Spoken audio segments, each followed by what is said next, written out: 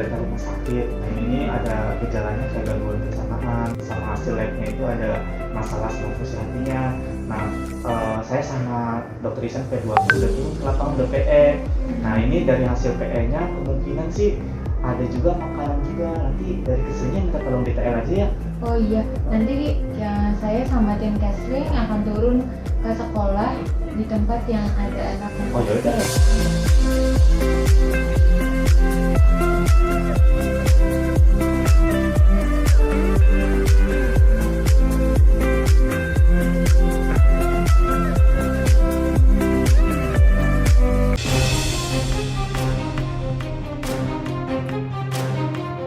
Selamat pagi Pak.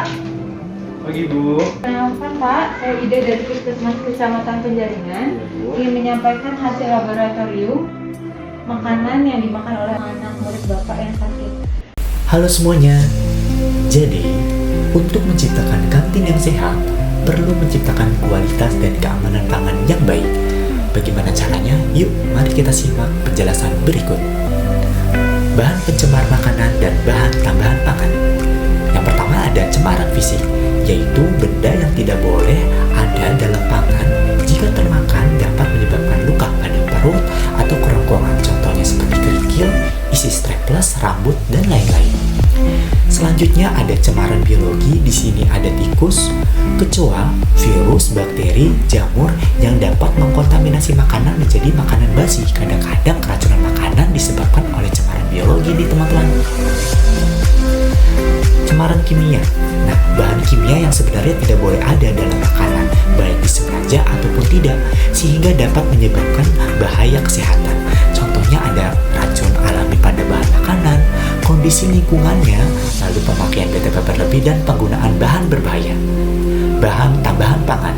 Bahan yang ditambahkan dalam makanan untuk memperbaiki cita rasa, warna, dan memperpanjang umur simpan makanannya. Ada pengawet, pemanis, dan pewarna.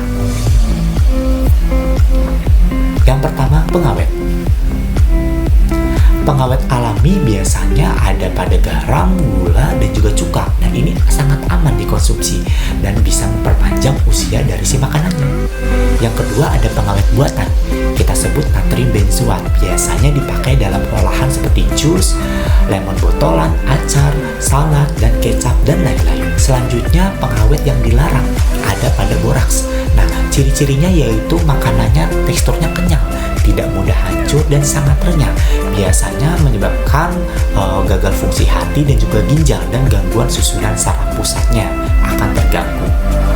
Nah, selanjutnya ada formalin. Bila dikonsumsi secara panjang atau terus-menerus akan menyebabkan kanker. Nah, dampaknya juga menyebabkan iritasi, mata berair, gangguan pencernaan, hati, ginjal, pankreas, dan sistem saraf pusat. Ciri-ciri makanan yang mengandung formalin kita lihat pada ikan, contohnya dia warnanya putih bersih, kenyal, insangnya dia itu nggak cerah, dan dia itu awet, nggak busuk-busuk. Begitupun juga dengan tahu, dia itu kenyal, tidak mudah hancur, dan mie juga seperti itu, awet, tidak basi-basi. Seperti itu ciri-cirinya. Selanjutnya yang kedua ada pemanis. Pemanis terbagi atas pemanis alami dan pemanis buatan. Pemanis alami biasanya aman dikonsumsi untuk tubuh, namun dia itu mudah terurai pada suhu panas tinggi, memiliki kalori yang lebih tinggi, dan memiliki rasa yang normal. Namun untuk pemanis buatan, dia itu menyebabkan kanker, bahkan rasanya lebih manis dari gula. Yang ketiga ada pewarna. Pewarna terbagi atas pewarna alami, pewarna buatan, dan pewarna yang dilarang. Pewarna alami biasanya terdapat pada kunyit, buah naga, pandan, dan wortel. Dan untuk pewarna buatan yang biasanya sudah aman digunakan untuk makanan yang biasa digunakan untuk kue. Untuk pewarna yang dilarang ada rhodamin B. Dia biasanya digunakan untuk industri tekstil dan juga kertas, dan bersifat racun dan juga bersifat karsinogenik. Ciri-cirinya berwarna terang, mencolok, kadang-kadang warnanya tidak merata, dan rasanya itu agak sedikit pahit untuk makanannya.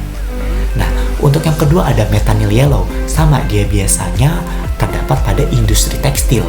Bahayanya dapat menyebabkan gagal fungsi hati, gagal fungsi gangguan kandung kemih, dan menyebabkan kanker. Cirinya sama, mencolok, dan dia tidak rata, kadang-kadang rasanya itu lebih pahit. Baik, sekian informasi dari saya. Terima kasih.